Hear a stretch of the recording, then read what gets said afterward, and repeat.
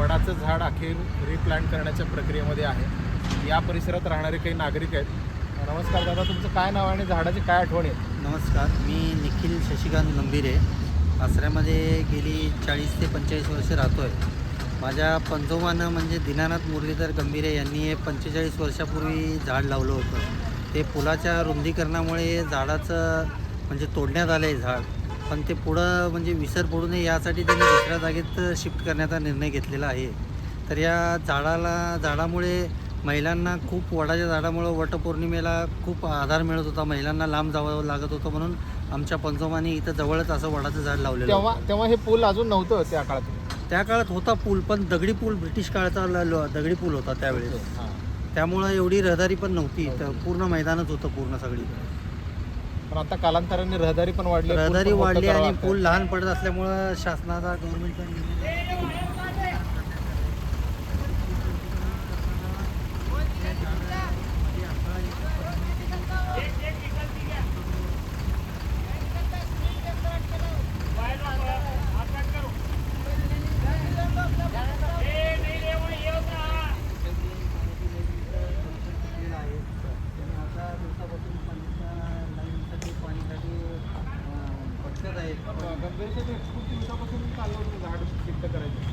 हो बरोबर आहे. पण ते त्यांना ते झाड एवढं मुळं ते जे रुतलेले होते खोलवर, की त्यांना ते झाड 2 JCB क्रेन आणून सुद्धा बी ते उचलत नव्हतं.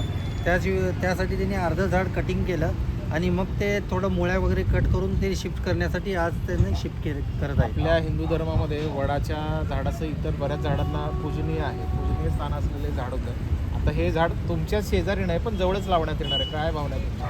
नाही, चांगली गोष्ट आहे ती. महिलांनाही एक आसरा सोसायटीमध्ये त्याचा उपयोग करता येईल.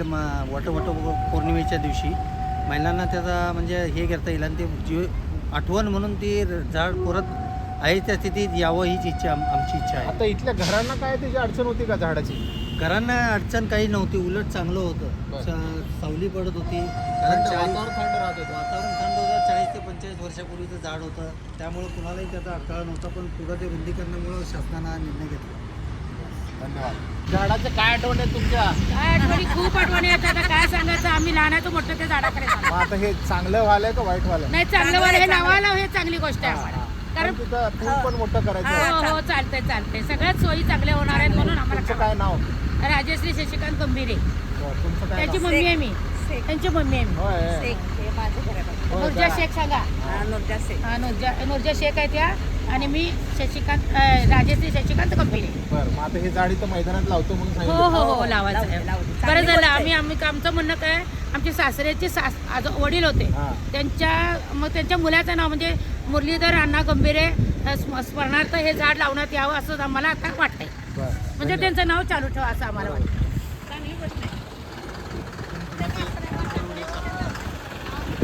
जयेश दर्बी कलेक्शन कॉटन, लिनन यासह अनेक ब्रँडेड कंपन्यांच्या सुटिंग शर्टिंगसाठी जयेश दर्बी कलेक्शन, 7 रस्ता मोदी, पंकाविहिरी जवळ, सोलापूर.